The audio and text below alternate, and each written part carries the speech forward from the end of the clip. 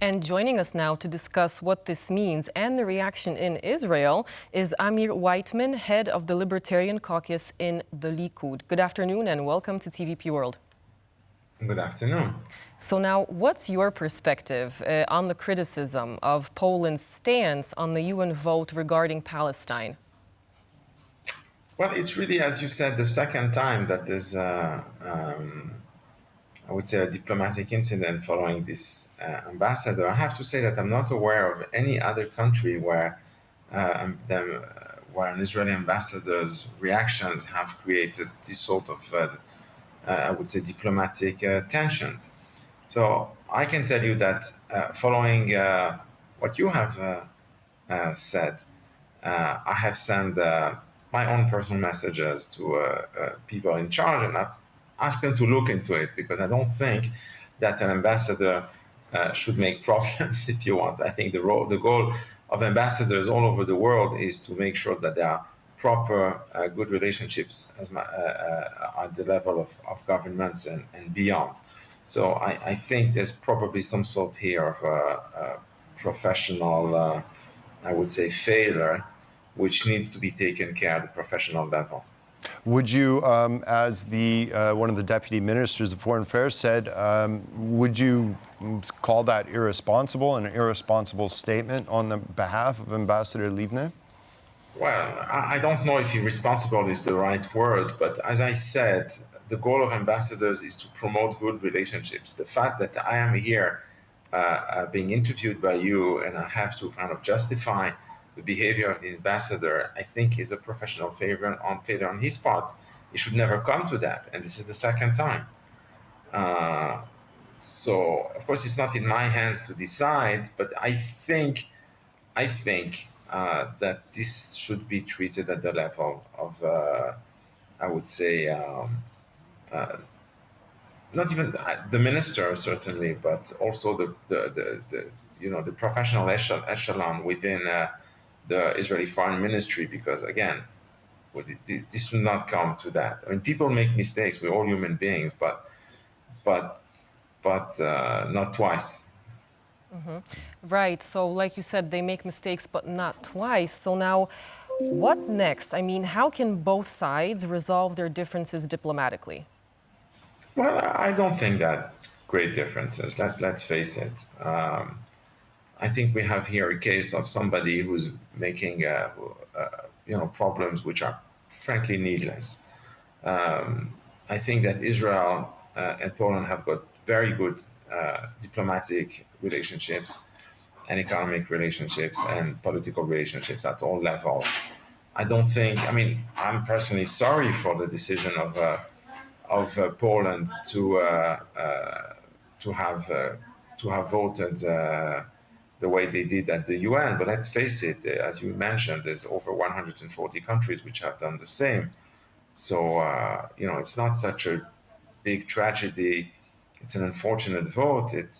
And that's it. I don't think we should make out of this much more than it is. I certainly would not blow this out of proportion. I think relationships are good. I think at the levels of the people, I think Polish people and Israeli people and Jewish people have got very good relationships. I don't think there is any crisis. As I said, I think there's one individual who is behaving probably a little bit over the top. He should be called out. And he should be explain his job a little bit and start making problems. That's pretty much it. Now, concerning this vote in the UN, what are the reactions in Israel? I mean, as you mentioned, 143 nations did vote for it. Not much can be done about it, but there are some, I guess, details about how big of an impact this really even has. What is the subjects of discussion in Israel? No, listen, we're used to be pilloried at the UN. Unfortunately, there's nothing new there. Again, Israel has been the Jew of the nation, if you want, of the nations for many, many years. We're pretty much isolated in the UN in most cases. The fact that we have 9 countries or 8 countries on top of Israel which have voted with us, another 25 who haven't voted, who have abstained. That's not bad, actually, by UN standards. Certainly, in this case, the vote is really devoid of practical meaning. So again, I would not make that into too much. We're very much used to having problems at the UN, and it's not a big deal. So now I wanted for a second to go back to the soundbite that we heard right before the interview, where we heard the former ambassador from Poland to Israel, who mentioned the protests that the current Israeli government is facing. And he said that the government of Israel now is like a besieged fortress. Would you agree with this? Well, I heard him speaking before. I would tell you like that. I think that he's exaggerating the scope of the demonstrations. Now we essentially have the radical left in the street, which is a few thousand people, certainly maybe 20, 30,000 people in the whole country. But that's pretty much it. I think overall the Israeli public, whether the part of the Israeli public which supports the government or people who do not support the government, and indeed it's true that as of now the government is not very popular for good reasons, because let's face it, we have not been very successful over the past year, even before the 7th of October, but certainly the 7th of October has been a tremendous shock and a terrible failure, and it's a terrible failure from the Israeli intelligence services, from the army, but of course, first and foremost, the government is responsible. I think the Prime Minister said it. It's obvious.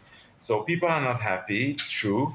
Beyond that, saying that we are like a besieged fortress, well, I think it would be a little bit mistaken to look at it as this being the current attitude. This is really the attitude of Israel and of the Jews since 1948, even probably before, but certainly since 1948.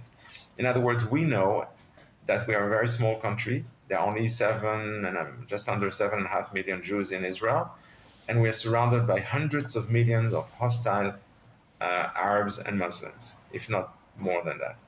And even in the West, as we have unfortunately seen over the past few months, there's a not insignificant part of public opinion which is very hostile to the Jews.